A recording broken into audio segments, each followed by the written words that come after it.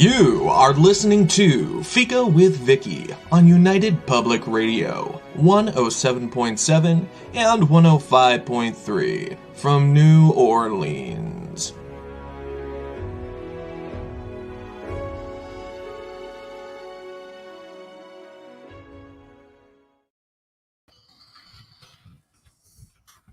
Hello, everyone, and welcome to Fika. Our guest today is Ben Stimpson. Ben is the author of Ancestral Whispers, a guide to building ancestral veneration practices, which we'll be focusing on today. They're also a therapist, lecturer, student, and spiritual director, and podcaster. But there is something about Ben I don't even think they're aware of. Ben is the only person who I have ever invited to Fika without reading their book first. It is a rule of mine to read all, or in a rushed case, enough of a work to know if I'm going to like myself for sharing it. If I'm passionate about it, even better. Ben had commented on Fika, and since I learned that they were an author, I was curious, so I looked them up. Ancestral Whispers wasn't out yet, so I couldn't read it. But that voice inside me said, "Invite Ben." And knowing that the work was published by Llewellyn and would definitely have some editing, I took a chance, and it was a chance worth taking. Ancestral Whispers is a fantastic book with fantastic information and suggestions, and left me with a fantastic attitude ready to use them. I couldn't be happier with myself for extending this invitation, and I couldn't be happier that this author has joined the writing world, and I hope to see more of their work in the future. Thank you for Ancestral Whispers, Ben, and welcome to Fika. Thank you. Thank you so much. This is a joy, and since you invited me so many months ago, we're finally here, and I'm so excited to be here. I know, it seems like it was at that point, that was the furthest invitation I had ever really extended, like in time wise, right? Now I have things booked for February already, but it was my very first, so it has seemed like forever for this interview to get, we're all different people now. It's been a long journey. I think we are. It was the summer. I'm like, is the summer over already? Yes, indeed, it almost is. And that's important for us in Canada. The summer. It's true. Yeah. So, Ben, I've read this book, and one thing struck me. Many things struck me from the book. But as I was reading, and I need to know, is it true that the only reason you don't pick food up from the floor to eat it is because it belongs to the ancestors? One of many reasons. Okay, yes, I figured that. Yes, we will get more into all of that piece in a bit, but yeah, one of many reasons.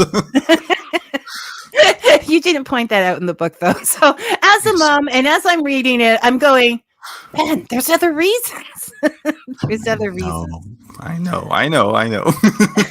So one of this, in working with the ancestors, we are essentially working with the dead. I mean, that's kind of difficult for a lot of people to get into. There's a lot involved in this.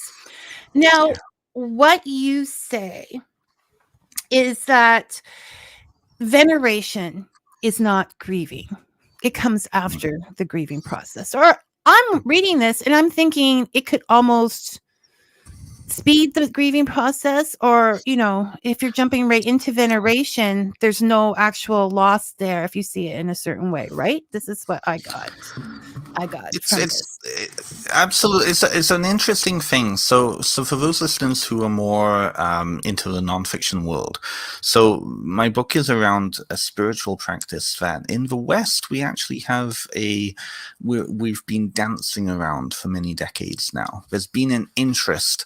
There's been a social interest via the movie like Coco, for example, beautiful Pixar movie Coco. There's an interest in how other cultures work with the dead and conceptualize the dead and relate to the dead. But we're so caught up in our Western individualism that oftentimes the only traditions that we have available to us are grief traditions. And I think oftentimes because of the way that society in the whole of the Western world, whether it be New Zealand, Australia, certain parts of Europe, North America, right? We have this weird relationship with death where we don't actually really understand it socially. We just, when somebody dies, socially we see it as a loss, and then we have this void that's just existing around our social spheres where that person used to be. Even the way we talk about the dead, we've lost them, they've passed away, and we don't talk about them anymore in the present tense. We talk about them in the past tense. Now, when you look around the world at different cultures, as I did through writing Ancestral Whispers, Good, he's got the book there. I've got the book here. It's part of that professionalism piece. You tend to see different cultures talking about the dead in the present tense, not the past tense anymore, right? You tend to see the dead as being in the same spaces with us, in the same world as us, but separated by a veil, by they're existing in a parallel spiritual world, whatever it is, right? You go to Chinatown during the new moon festivals, or through or go to Mexico during the Day of the Dead celebrations. The dead are living here, they're existing here. It's no longer a state of being that they're in. It's just a kind of a transitionary point. They're dead, they've died, they're now in that other space, but that other space is still connected to us. So I feel like with the focus on the dead, we so often culturally only think of grief. But grief is just that understanding and acceptance of somebody else's transformation into something else. And oftentimes grief is more about our own eventual death than it is about necessarily somebody else's. It makes us uncomfortable that we're going to die because we don't want to be forgotten in the same way that society forgets all of these other people. Right? It's a reminder that we're not going to be the center all the time. And it's almost like we're lacking in North America a sense of maturing throughout our ages. I'm not just saying North America, but I'm saying anywhere that has this, I love you, North America, absolutely. I live here. Yes. But that we have a lack of maturing about giving up that center stage. It's true. It's true. And so what does that causes so many issues in people. Like you go down to California particularly, and you go to those transhumanist conventions where it's that idea of like uploading yourself to the cloud so that you cheat death. You go to these like health expos where the focus is so much on extending your life to the extent that you're not enjoying your life, right? I mean, I'm sure some people really love some of those supplements, but they look really, really horrific to me.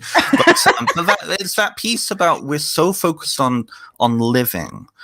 And when you look at, like, for example, that whole debate about MAID, for example, not to get too political here, but it's that idea of, what is being privileged? Longevity or experience, right? If you're living a life but it's not worth living, that's just it. So they could be extending their life through relationships, through giving, philanthropy, whatever. But this is how, because it's not about the experience. It's not about making connections. It's about the image. I mean, no, that's a whole nother show, Ben. You need to come back. We need to talk about image. It doesn't have to do with books. It doesn't have to do with anything. We will just be taking care of our need to talk. Yes, exactly right. but so that mindset then is so imbued into Western culture because of individualism. This, I think, is what I've really come to. Individualism is connected with the idea of capitalism, which is connected to the idea of Protestantism. I'm not dumping on Protestant Christianity, but Protestantism is really the roots of it, right? You look at collectivist cultures, and that includes forms of Christianity like Catholicism, like Orthodoxy, right? any collectivist culture around the world, you have the idea of the community. The individual is part of the community. The focus then is on the community surviving and going on, because that community is going to continue to remember you, hold you in that place of position, and you become then part of the collective ancestral kind of flow. When you're in an individualist culture like our horrific North America, and I love North America, don't get me wrong, that's not, but yeah, you have to be double issues. Careful because you have an accent. Yeah. See, I know, right? And I'm also leaving North America next year, so I have to be very, very careful with that.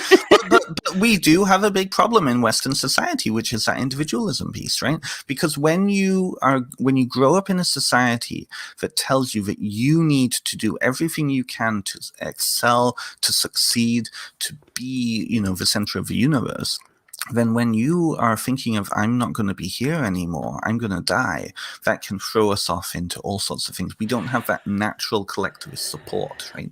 See, sorry, I know you have a list of questions. So no. We can get back to my questions. I mean, I just have them in case. I didn't feel that there would be an in case, so we'll just go until we have to be quiet. Then we'll just pick another date to go again. But it is, like, for example, myself, when I say there are people that have problems with death, I don't, because it is a natural cycle of things, and I see it as the flowing, and people come in and they give us what we want. And also, I'm very tired, Ben, so a big long nap would work wonders for me. I don't need to be remembered as such, but it is a real big deal. And the adage is, what you can't live until you learn to die. This is the thing. And so when you say that it's the individualism is keeping them apart, they actually aren't living. They're so afraid of dying. Yeah. This is the thing. And I think it's because, again, socially we see death as being a vacation away. Not even a vacation, it's just you're away. You're no longer in the world, you're gone, and then easily forgettable, you're easily dismissible, you just don't exist anymore. It's oblivion. Even if we have those kind of cultural understanding of going to heaven, going to paradise, whatever it is, it's so far removed.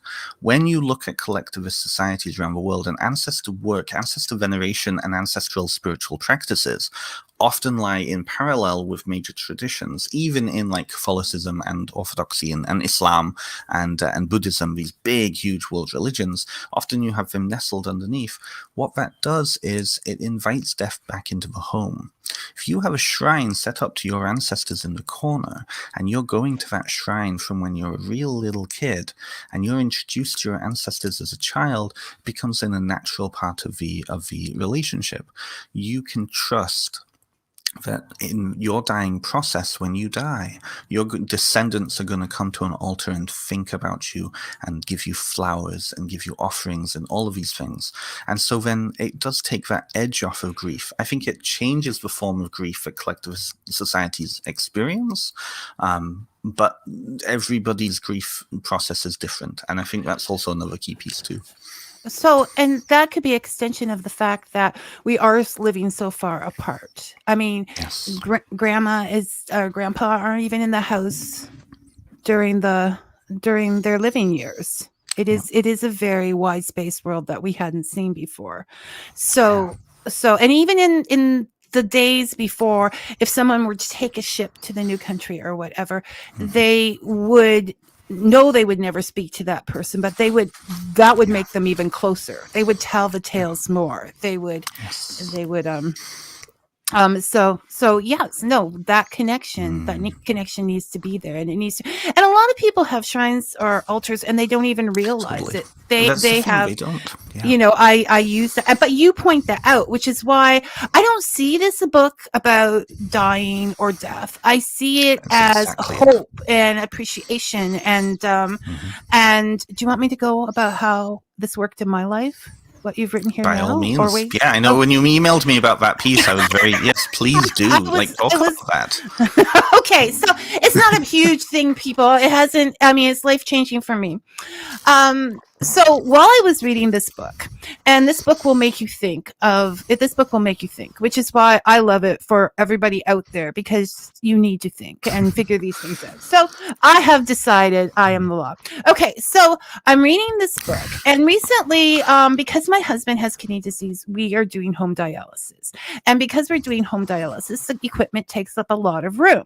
So I had to move my kitchen. I didn't have to. I chose to move my kitchen table into the living room because that seemed to be the only place to put it.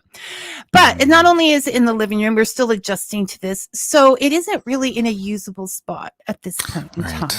Right. And I found myself for the last month feeling disconnected, not being able to concentrate, making mistakes on emails. Like I just couldn't get with it. Something was wrong. And upon reading about this and thinking about it, I realized that most of my important, like my aunts that influenced me, or my grandmother telling me the stories, or having conversations with my father, not always good ones, sometimes very strong conversations, were at the kitchen table over a coffee. Right. And so inadvertently, or maybe because, sitting in the morning, having my coffee and staring out the window, I was communicating with them. I was thinking about them. That was our space, and that was what was important.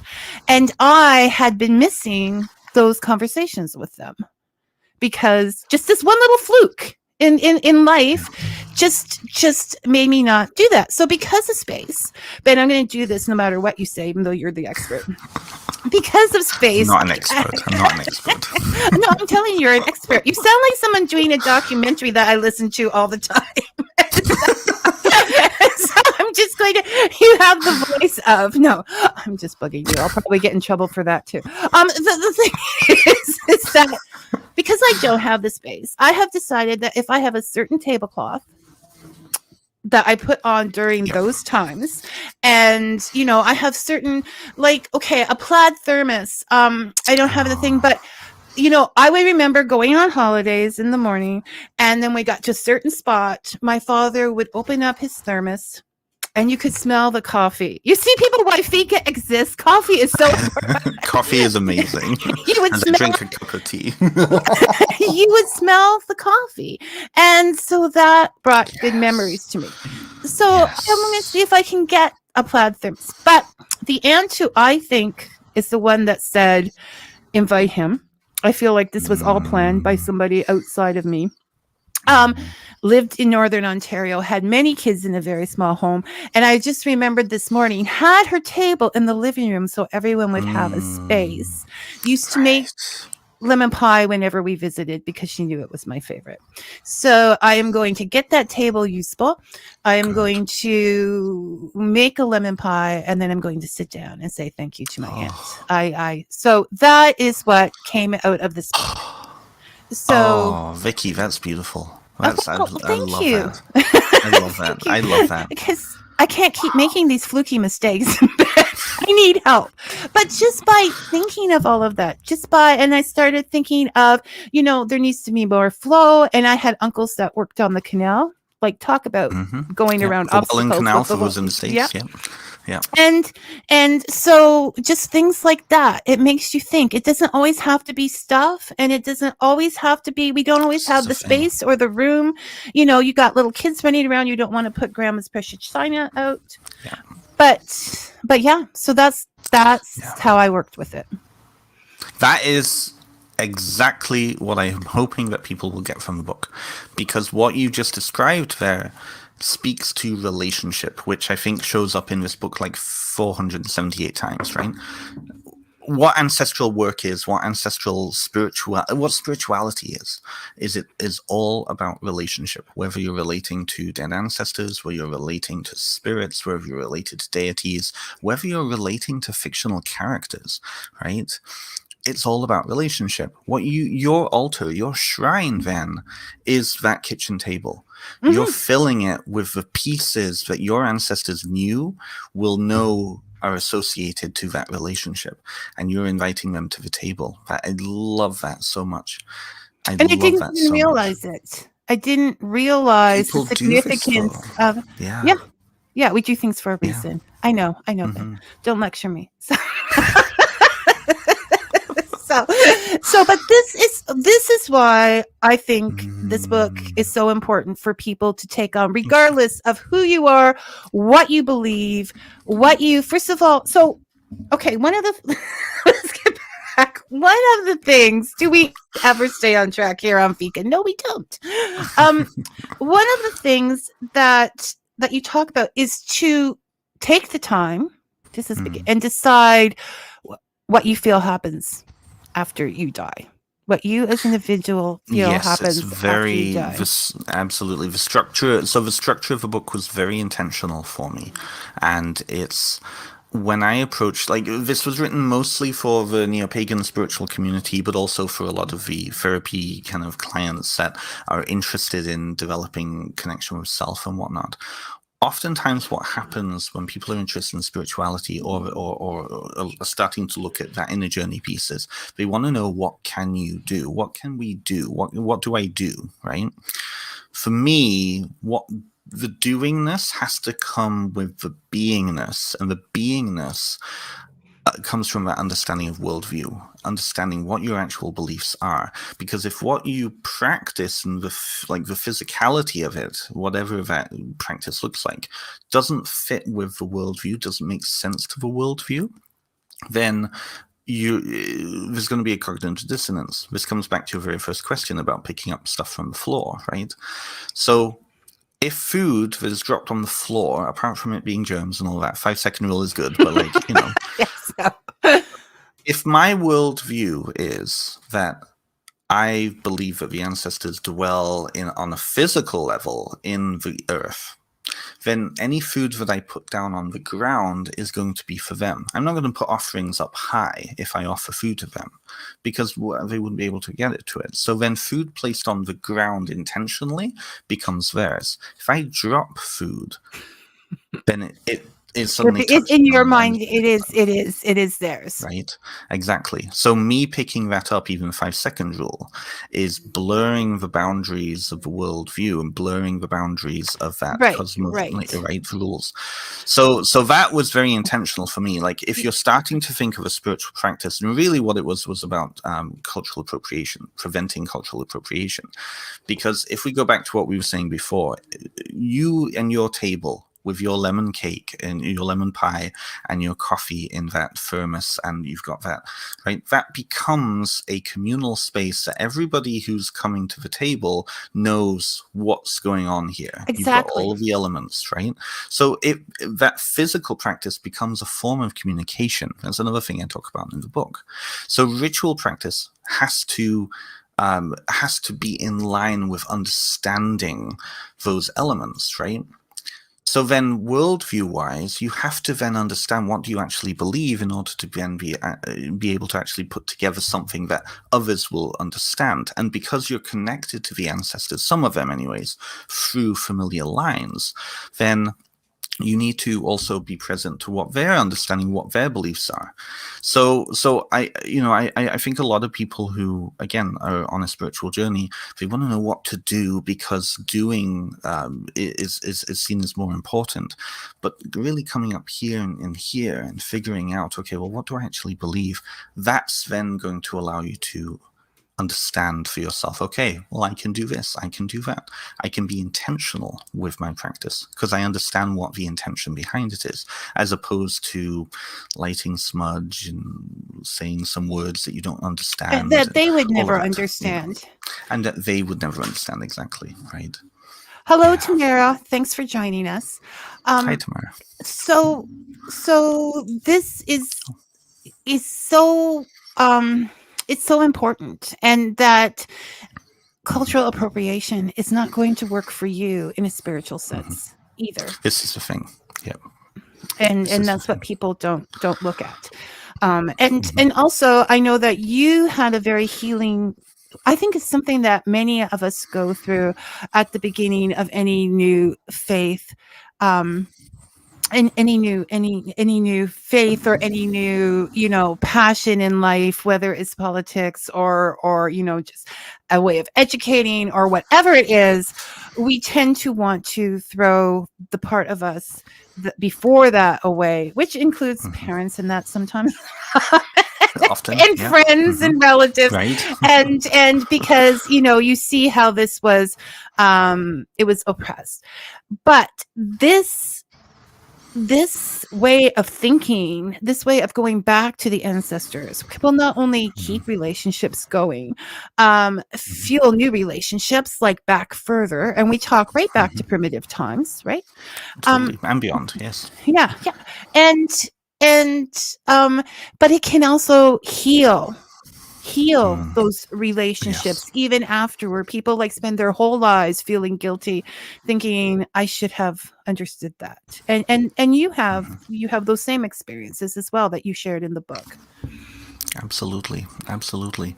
Yeah, for me, the book was not just an academic kind of intrigue for me. The book really came because I had gone through the past 5 years before that a great deal of personal therapy. During that time, I was training in psychotherapy. I was to become a therapist, and I was also involved in several spiritual traditions where ancestor work is such a foundational piece. And at that point in my life, I was in a place of anger. I was in a place of shame. I was in a place of I didn't really see the future for myself as being a good place, and so I latched on to the past. I came to realize along that journey that moving to Canada as a kid was one of the worst things that ever happened to me, and it wasn't an intentionally thing done to me. Like there was no intention to hurt me. What happened in life? It was just what happened in life. But my reaction to what had happened, because I came over from North Wales, where I'm from. I was 8.5 years old. I came over here, and I was suddenly different. I was suddenly British. I suddenly had an accent. I was suddenly foreign. I was suddenly, different than the people I grew And up with. some people are not good being different. Some people sort of like to fly under the radar. For me, it was I had to go through some extreme speech therapy when I was a kid in North Wales, and I was in such a wonderful position where all of the kids I was growing up with just accepted me for who I was. My parents did a great deal of normalizing; they really normalized it for me, and the school did as well. It was just a normal part of my life, and it was just I was just me. When I came over here, suddenly I had everything that was different, and that difference just continued to happen. I came out as gay, I came out as pagan, all of these different things, right? But that piece around suddenly coming over here into a completely different new space, and also not ever going back. Like my parents never decided to go back on holiday. Caused me to not only have like be bullied and have a negative experience, but it created in me a really difficult relationship with change and control. I didn't have any control in coming over here. And so when I track back and look at my spiritual development, a lot of my spiritualities, neo-paganism, connection with folklore, right? Anything to do with the United Kingdom makes total sense because I was trying to get that sense of home. And then with the ancestral piece, when I started to work with the ancestors and really focus in on those stories again, I realized that I don't have any ancestors in North America. I've been trying to find ancestors in North America through various affinity ancestors and conceptual ancestors, and I talk about those in the book too. But my ancestors are all in the UK, and my story is all in the UK. And so I never developed a story in Canada. And that caused me a great amount of anger and issue and resentment and bitterness. And I only really let that go in the past couple of years. And as soon as I clicked, as soon as I understood what and kind of the healing journey all came to a culmination, and I could feel the weight just lift. And I realized that I had been living in the past for a very, very, very, very long time. And that's why I say ancestor work is not about living in the past. It's not about the ancestors' stories. It's about your story now and the legacy and the future. And that was big, right? Yeah. Yeah, no, that is a big story and a big thing that most people go through their lives. Many people go through Not their coming to lives realize. and not coming to realize that takes a great deal Yeah. of self-awareness. And that is the most important thing about this. Like, I just want to keep saying, I don't see this as being a book about ancestors. I see it, I mean, because they're a very important part, but Yeah. it's about us. This book is about Yeah. us and the way we look at things and the way we grow and the way we need to look at things in context. Because as a reader and a Sir Walter Scott fan, I am so excited. He's There's great. not really that many that I've run into. And so, you know, If you in go my to the UK, you'll be surrounded by them. okay. Well, I would love to, but no one's buying me a ticket. That's not happening right now. But I keep getting sidetracked with you. And then I'm umming more in this show than okay. So going back, as like with books, that's where it came from. Books. We complain about a book that may be very advanced for that time, may have been telling people this is what you need to think about and do.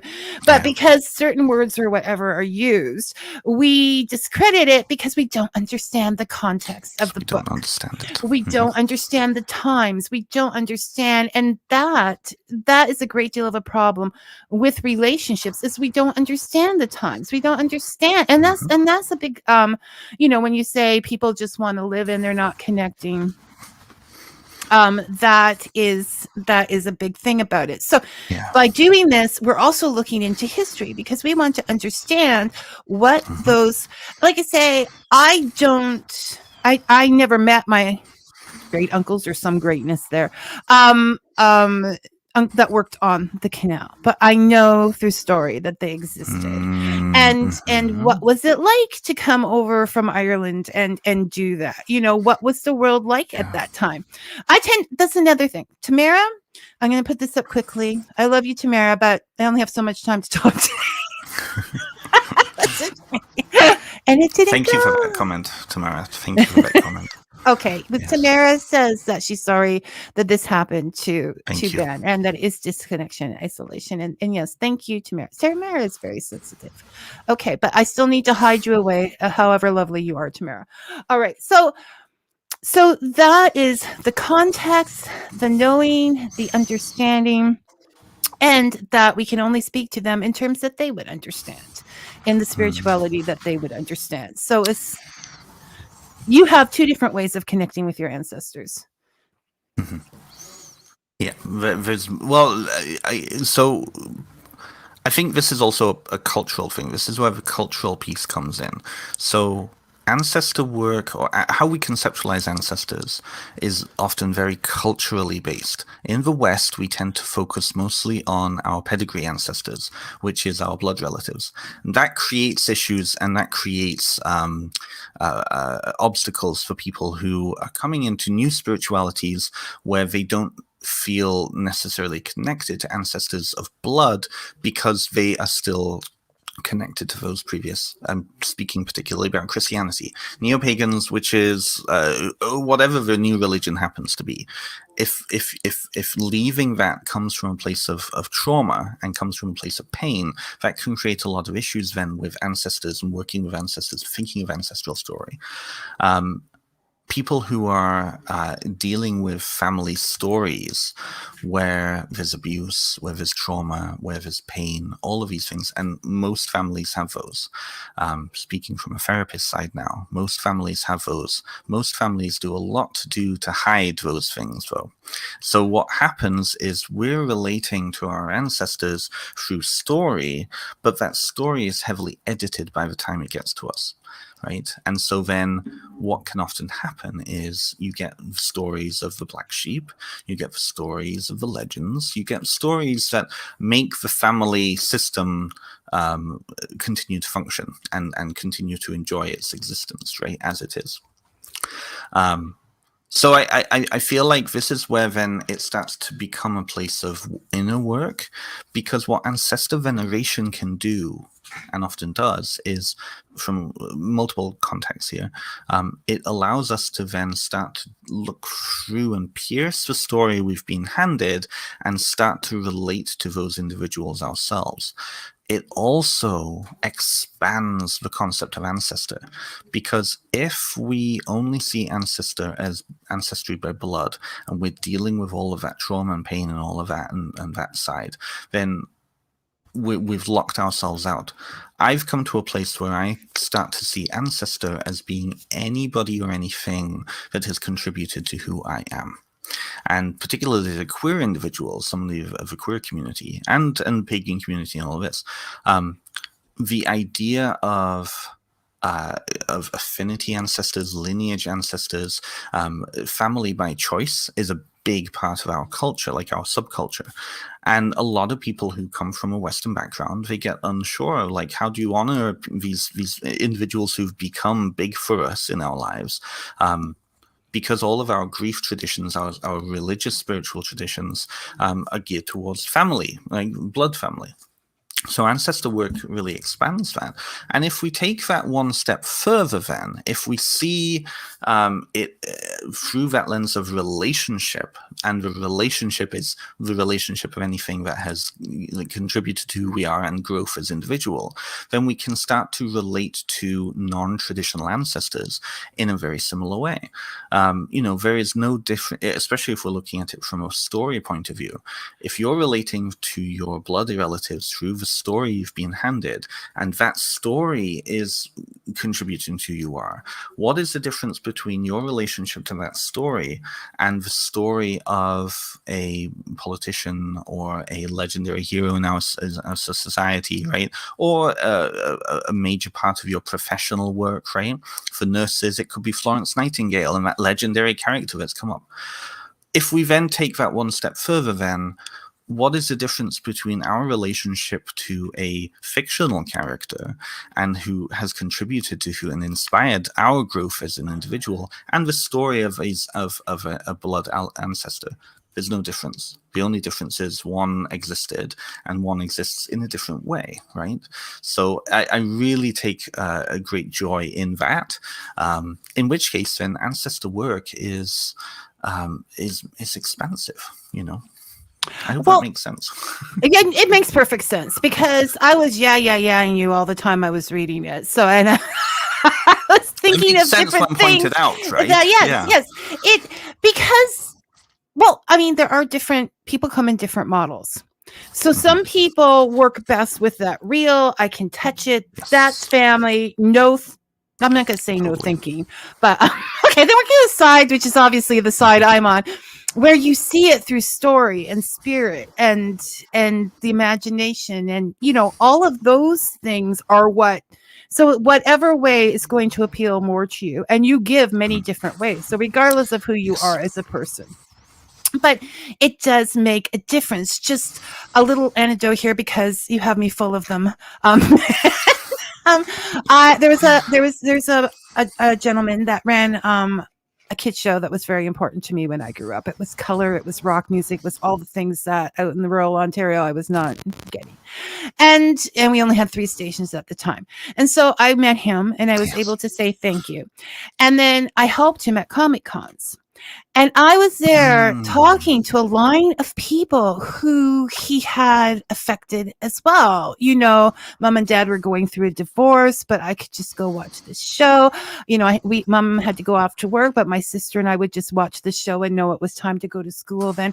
Yeah. It almost brings the world together through these characters, through these imaginary things, and listening to the stories of how it affected them. Like, I'm getting a cold chill here, and I wanted to invite everybody out for dinner because I'm the table person, but because you felt so close to them because the same thing. So yeah, I definitely see how imaginary characters, all these people, can make a difference, and how it almost creates a family of those who It totally See does. that? And this helps to explain then why tourism connected to fictional characters is so powerful.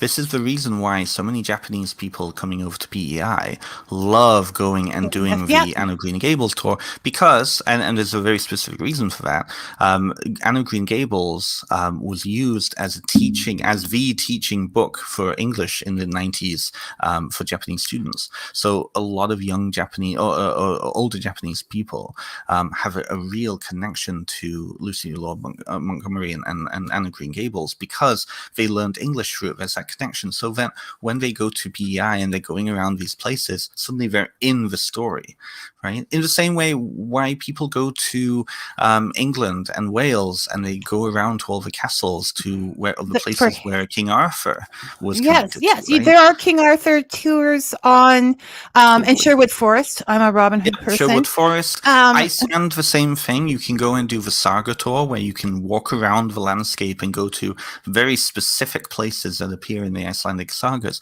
And what does that do? That then removes the fictional imaginary element and it inserts you into a shared space with those characters. At any moment, you might turn around and there'll be a troll. At any moment, you might turn around and there's, Mr. Darcy speaking to Elizabeth Bennet, right? It's all of these things. And so that I think that shared space then becomes that way of communicating and that relationship builds, Yeah, no. Sorry, I cut you off. Oh, for God's sakes, no. I mean, I'm thinking so hard right now. My hair is getting in my face. It's a lot. Hair short, so I don't have that deal. It's a lot. I've never had this deal before, but that's just my brain going. I mean, I'm quite enjoying this. It and this is where you bring up the entire, when you talk about standing there and this person could almost show up or that person on the land.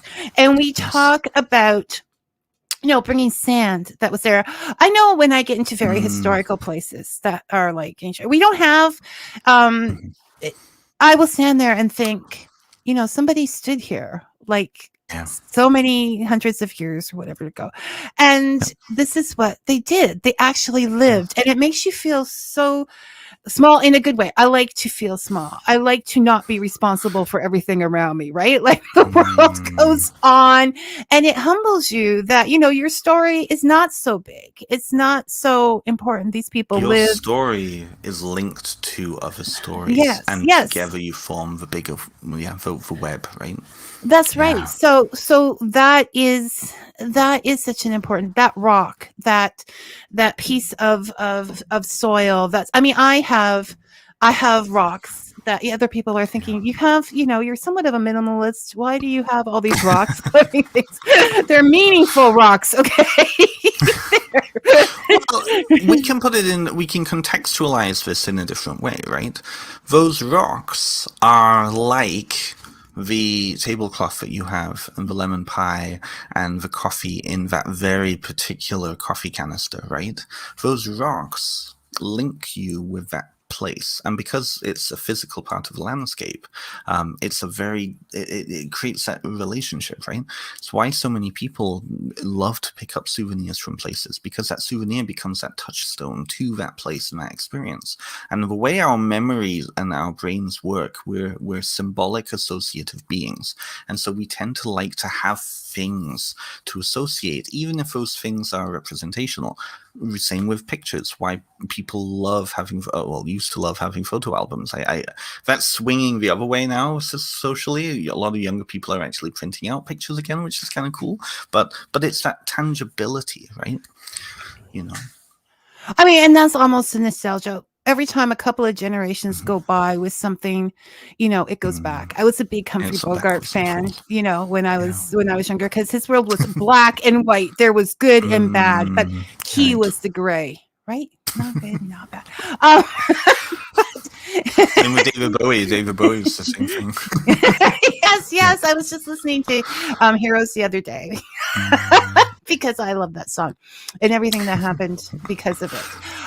So So it is important to have those things. It is important to have those Mhm. reminders, and they bring us home, and brought home to you in so many ways, and that you found, even though you were hurting at the time, you found some Mhm. solace in these people. So these fictional people, these fictional characters, so they are important to you, and brought you Exactly. even closer to wanting to go back to where you were. Those characters, some of those characters, yes. Other characters, I think, and I think if you ask most people, even just outside of like fictional book characters, fictional characters in general, right?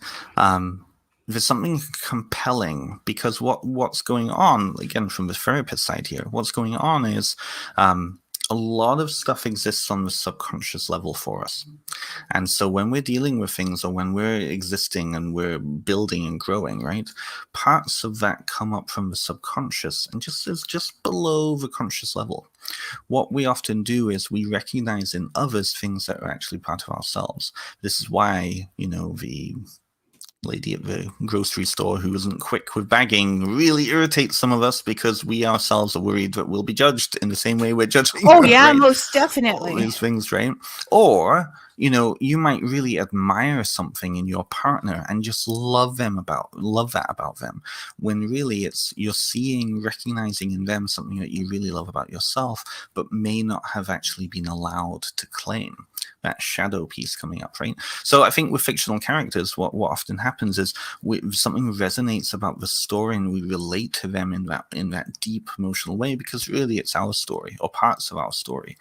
And what's very interesting then is when you talk to people about their relationship throughout life, and I use this often in therapy work, we pick a particularly strong character for somebody. We talk about what's their relationship with that character throughout their life, and oftentimes, depending on where they're coming from, they may actually start to shift away from a particular character and look more at the villain, because the villain in that suddenly is their story. It's that whole like villain redemption arc, right? But it's fascinating then to see then what it is it's about developing understanding of our story, right? Well, and strangely enough, because I am strange, I've tended to go the other way. Like I was always Mm, the Phantom of the Opera, he's not really right. bad, he's just misunderstood. The And then as you outsider, right? grow, yeah, as you grow, you realize sometimes they really are bad. Right? And you You have to get more understand what context, you need. Right, right. You go right? towards the sun. Maybe that sunny guy wasn't such a wimp, he was taking her to safety. So there Mm. is, depending on the person, I will go towards that or I will leave it. It is a fictional. That's an entirely different show. Okay, so how It many is. shows are you It is coming still back for? Ben? right, but to illustrate what we were saying about, because that's a very good connecting point. You grow up in a family where the story of the family is this ancestor was great and amazing, could do no Right. wrong. As you grow and develop and understand the world in a different way, I had a podcast interview a few weeks ago with somebody who one of their ancestors was on the Mayflower, good Puritan stock, right? And when as he got into his family story, he realized that the family story that this ancestor was, we should be really proud of this individual, was great, that was actually a slave owner. Oh, well, how am I going to now work with this individual? Because I that's part of my story I'm not interested in working with, right? Changes, focus. That is the point. The point is when we look back and when we find those connections, we're not doing it Mhm. out of pride. This No. is the problem. Why should I be proud of something that somebody several You're generations ago told to be did? proud of. Yeah, yeah, Yeah. yeah. So you were told to be proud of this person. So why should you when you didn't do that? Like I don't understand that connection. That has nothing to do with me. Mhm. I I have always been more turned towards my grandmother raised 5 kids during the depression by herself. This is what I Right. call heroism. Okay? Right. Not, and then but there's all that there's poverty Mhm. shaming. Then there's all of All these these things. things. But not that big guy living in the big house Right. that had free Right. labor. right? That built it on somebody else's sweat. And so that is what some of the problem with this is that need to take pride and only we are of a better stock. There's, my gosh, Ben, we're going way back to I have better genes in primitive times, like the strongest survives. But that's again that key piece about how story and how we're relating to story in the now. This is why ancestor work isn't about the past, it's about the now, because when you look at kind of all these ancestral genealogy programs and genealogy websites, what is the primary message that they're sending people as to why to do genealogical research? It's to find out who you are, find out your story, all of these things, right? Now, on one level, that is very true, because the context of the ancestors creates the context that we exist in now. And that's where a responsibility piece comes in, and a lot of people in North America and other parts of the world are having difficulty with that, because it's, well, what do we take responsibility of? But that's a whole other conversation. But that other piece around the idea that, there are, like for you, for example, right? You identify with your great-grandmother or grandmother? No, grandmother. Grandmother. You identify with the strength that she needed to have to raise 5 kids in the Depression by herself. That's huge. There's something about that then that resonates with you. That's a connecting point. But that's in you too, because you're the context that she's created by doing that in the past, right? Yeah, no, and that is the strength is what I was missing with those morning coffees. Not that coffee doesn't give me strength, but it is those individuals. It doesn't give you wings, that's for sure.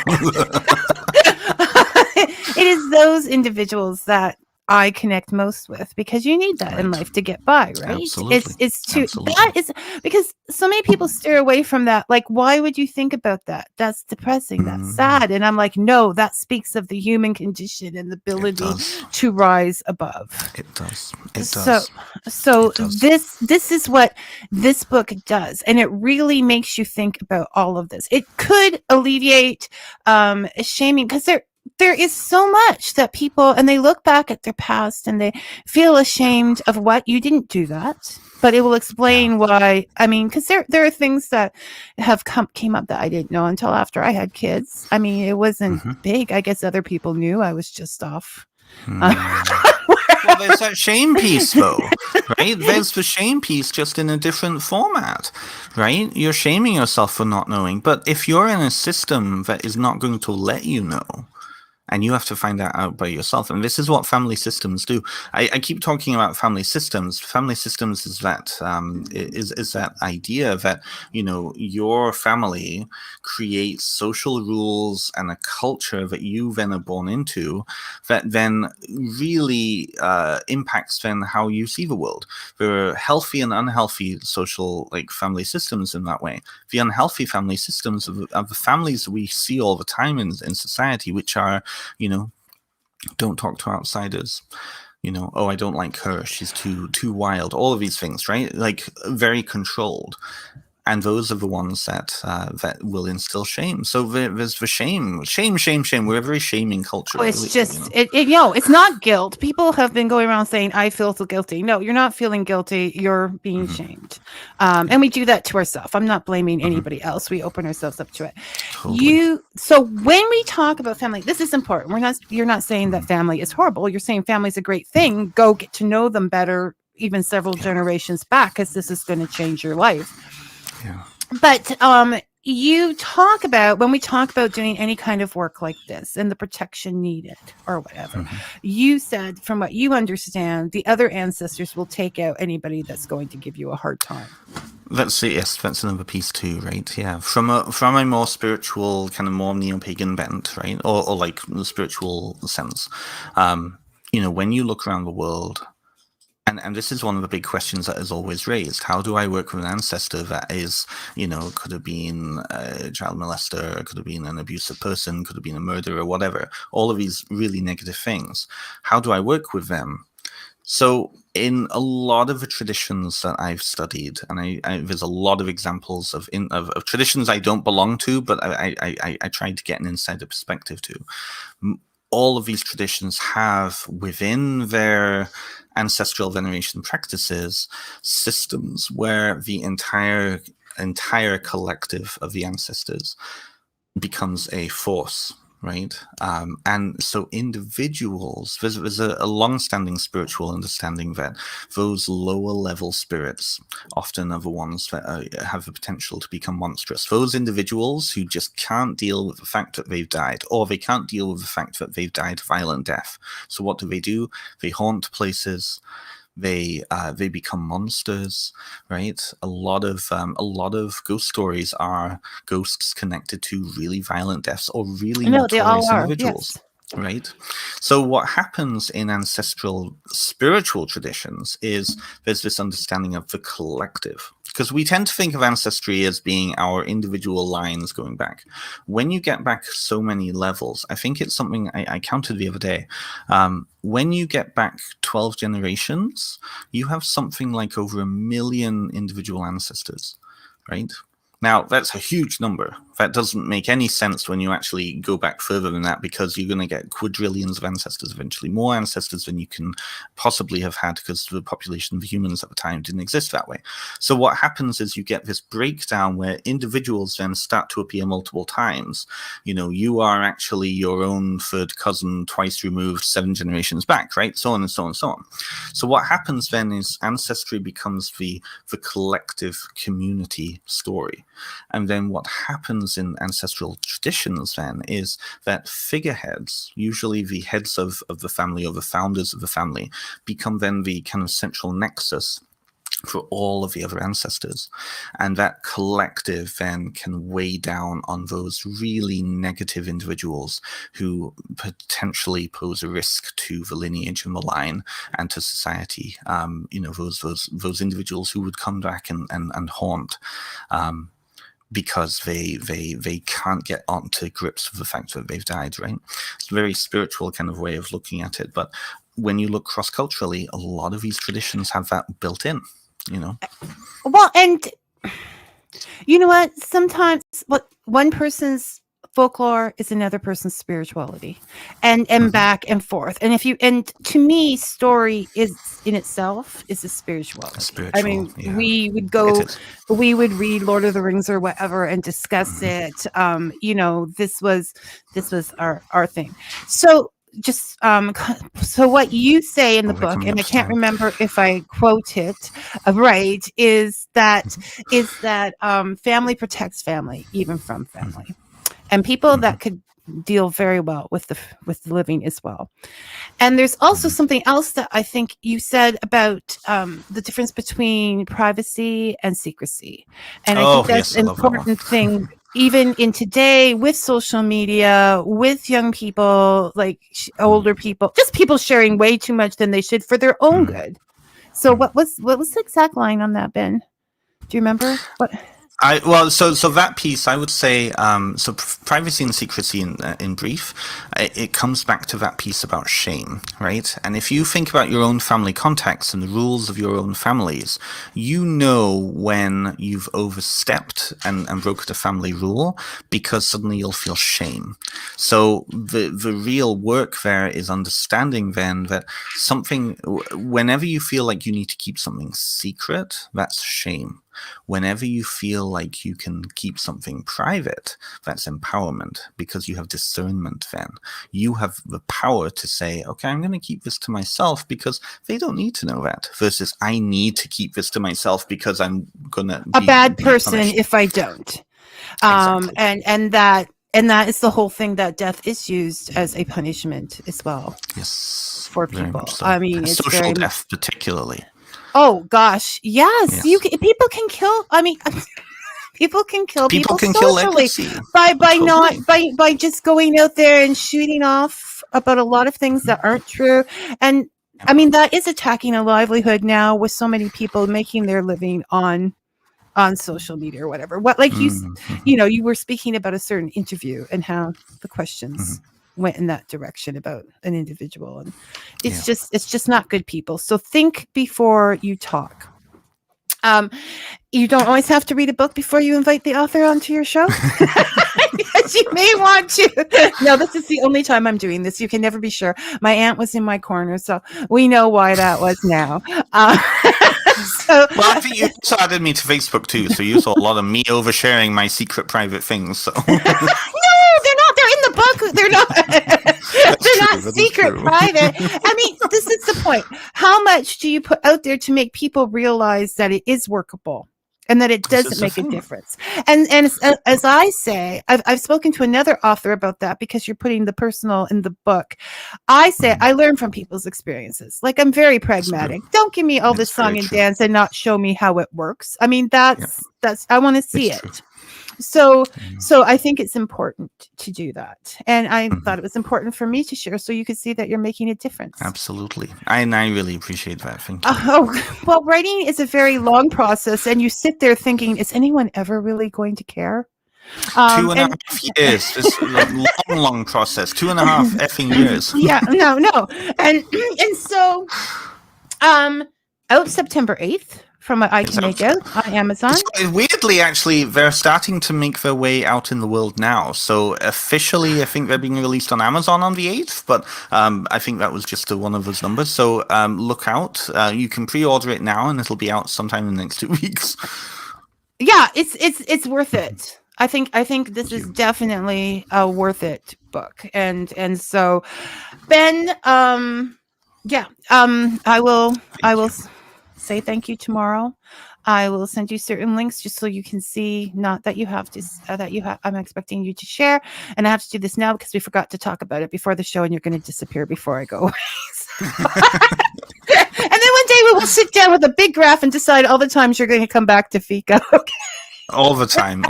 Thank you so much for having me, and thank you everybody in the comment section. We appreciate you.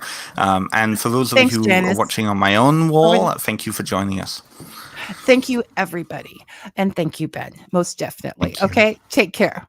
Bye-bye. Well, look at my hair has actually gone. When has this happened before? It's all over the place, and it's getting in my way. So it is definitely time to say goodbye here at Fika. As always, until the next time, may your coffee be hot and your story sweet. Thanks for listening, everyone.